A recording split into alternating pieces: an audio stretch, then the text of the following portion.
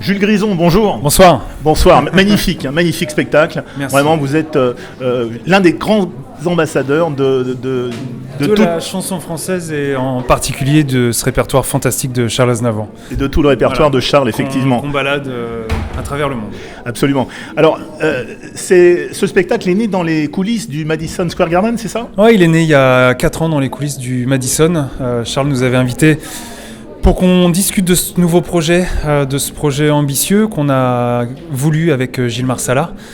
Un projet musical, un spectacle musical autour de son œuvre, dans lequel on se permettait de reprendre des chansons avec de nouveaux arrangements, tantôt jazz, tantôt pop, mais sans jamais dénaturer son œuvre et sa poésie.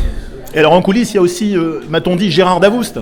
Il y aura Gérard Davoust, qui nous suit depuis le début, effectivement, et puis qui va nous accompagner pour le début de la tournée au Canada, début novembre, pour Place des Arts, pour le premier Olympia à Montréal. Alors vous êtes allé demander l'accord de Charles, c'est bien cela ?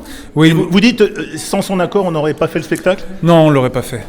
Il nous fallait l'aval de Charles, il nous fallait l'aval de la famille et de tous ses soutiens, producteurs, éditeurs, pour qu'on soit serein, pour qu'on se dise, on marche dans le bon sens, on marche dans le sens de l'œuvre de Charles. Donc pour nous, c'était ça se faisait comme ça ou ça se faisait pas. Alors en quoi ce spectacle se démarque-t-il ? Parce qu'il y a quand même une profusion de spectacles sur Aznavour en France, mais à travers le monde. Alors plus ou moins bons, vous êtes dans les très très bons, excellents spectacles. Alors en quoi se démarque-t-il de tous ces hommages à Aznavour qui fleurissent un peu partout ? Vous venez de le dire. Je crois que le niveau artistique est très haut. On a une équipe de musiciens incroyable. On a la crème de la crème, des musiciens de jazz niçois.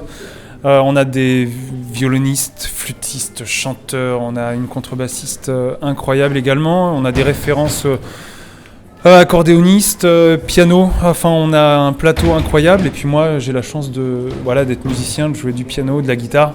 Donc de pouvoir aussi apporter quelque chose de différent sur les arrangements, sur la façon, sur l'approche des titres de Charles. Et puis, j'ai quand même cette chose en moi qui fait que le patrimoine français, Aznavour, Bécaud, Ferré, c'est des poètes, c'est des textes. Pour moi, ça me parle plus que tout ce que je peux entendre aujourd'hui à la radio. Donc je me reconnais vraiment dans cette époque de la chanson française qui pour moi est la plus grande.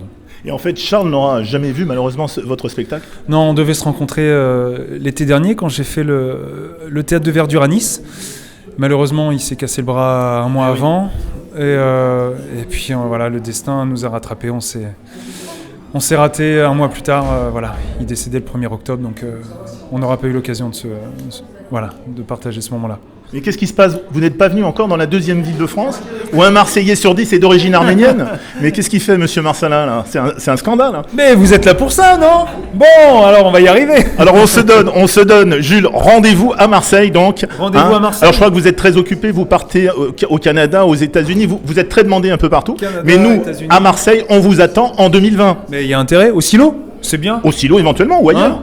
C'est pas très grand, ça permettra une réunion sympathique. Rendez-vous noté donc avec Jules Grison pour le spectacle formidable Aznavour. À bientôt à Marseille.